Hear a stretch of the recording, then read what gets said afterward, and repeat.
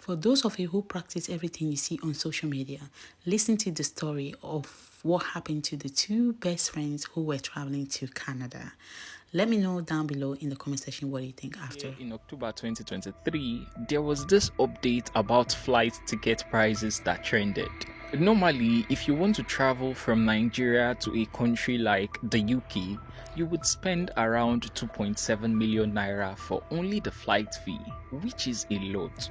So someone discovered a cheat that will make things cheaper.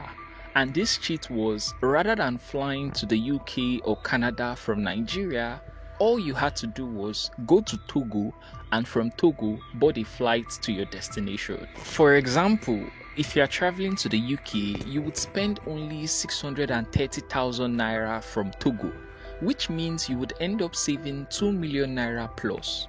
So, two Nigerian guys came across this update and decided to apply it.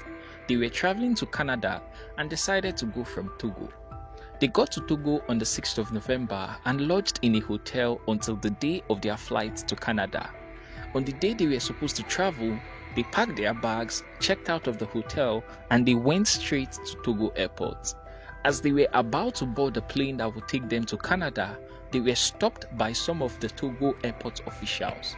The airport officials then requested for their travel documents and told them to wait by the side. The two boys, not wanting any problem, did as the airport officials requested and waited. Initially, they thought it was just a regular check the officials were doing.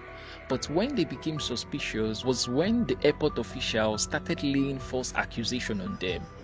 First of all, they said that their visas were fake. But when the two guys explained that they got their visa through an agent and explained the process at which they got the visa, the airport officials came up with another claim. They said their passports were fake.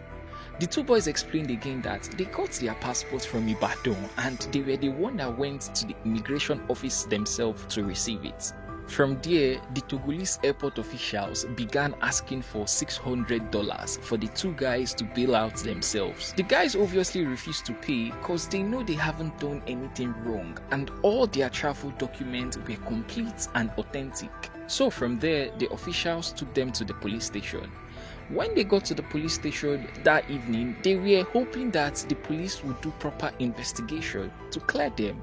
However, on getting to the police station, they were beaten mercilessly, locked up in a cell, and all their belongings were collected, including the $200 that was with them. One of their friends from Nigeria, who escorted them to Togo to bid them farewell, saw all the things that had happened and went straight to the Nigerian embassy in Togo the following day to report the situation. The embassy then captured the two guys' passports, and when they checked, they found out that indeed their passports weren't forged but were original. So they went to the Togo police station where the two guys were held and requested their release. Sadly, the Togo police refused, and after 5 days of locking them up, they transferred them to the Togo prison. The two guys revealed that when they got to the prison, that half of the population of the people in the prison were Nigerians, and most of them were also innocent like them. In the Togo prison, to do anything, you must pay money. To sleep, you would pay money. To bath, you would pay money. To use the toilet, you would pay money. To eat, you would pay money. In fact, to sit down on a chair, you would also pay money. According to the two guys, the Togolese government and the police are the ones running these things. This picture you are seeing right now is a picture of how they sleep inside the prison. This photo was taken by the two guys. After 3 weeks of staying in the prison, the two boys were called for a court hearing. They said they were even lucky to be called for a court hearing only after 3 weeks because there are some innocent Nigerians that have been there for over 5 years and still no court hearing. While they were at the court, they were not allowed to speak. Their rights were violated. At the end, they convicted them for 1 year, but eventually reduced it to 6 months and asked them to come back the following week. The following week, the boys returned back and the judge gave her final judgment. The painful part is that they didn't even know what the final judgment was, if it was the 6 months jail term they gave them or they reduced or increased it, because the whole sentencing was done in French.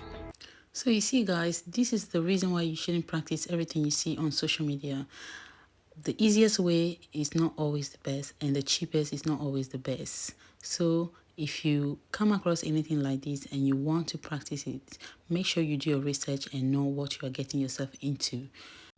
Nowadays, everything is digitalized and it's easy to find information on the internet. So make sure you know your truth before you embark on any sort of journey at all.